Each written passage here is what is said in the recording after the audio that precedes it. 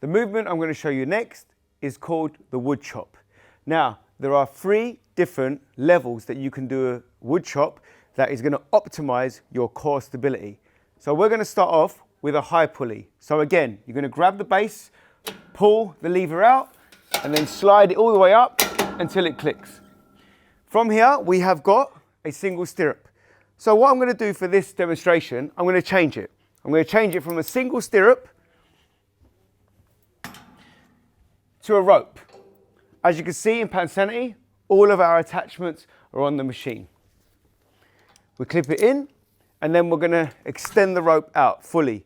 You're going to grab one hand at the end of the rope, the other hand at the end of the other rope, and we're going to pull it out.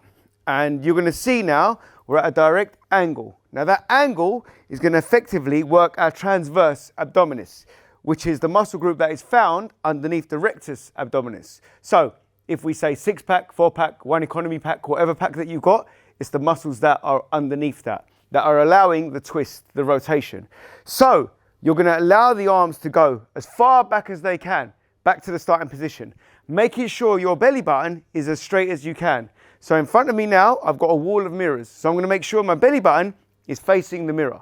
So I'm here, I'm twisted slightly, so I then recorrect, and then from here, the arms are going to go down together. I'm going to try to keep them as, not stiff, but as locked in as I can, without the elbows being locked out. So I'm going to go right down, making sure that I'm working my torso more than I'm working my arms.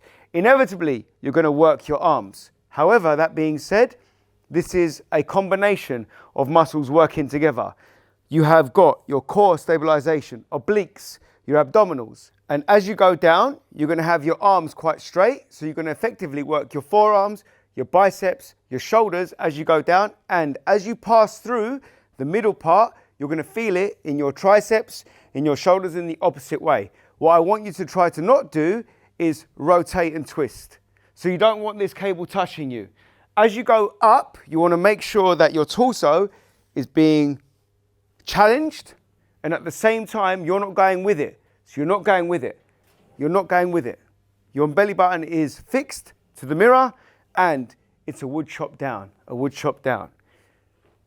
Then you want to go for a middle wood chop. So we bring the pulley midway. So what is midway? Shoulder height. I grab the rope again, exactly the same way.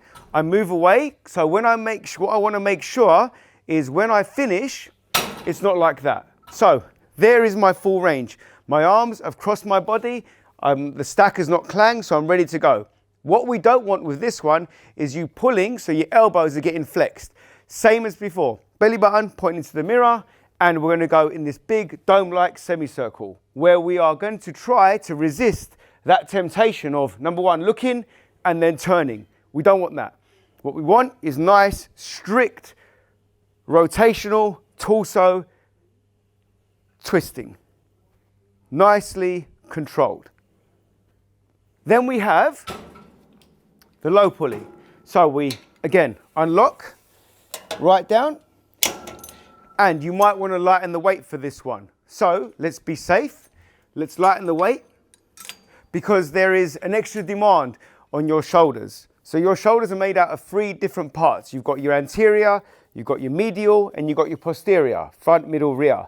Now, with the way that the cable was adjusted, it affects your shoulders differently. So we pick up the weight, move away. Like I said, you want to go full extension and make sure that you're not clanging the weight. And from here, we're now going to go up. Same principle. Try to keep the elbows slightly soft and make sure you're not locking the arms anywhere in the movement. We go down, keeping that torso nice and tight, but understanding that it's under great tension. And with that great tension comes great responsibility that you do not flex. You don't rotate too much. You just keep it nice and tight. So it's realistically, your arms look like they're doing a lot of work, but you've got shoulders, you've got arms, you've got triceps, you've got obliques, all working together. Once you've finished, let it down gently.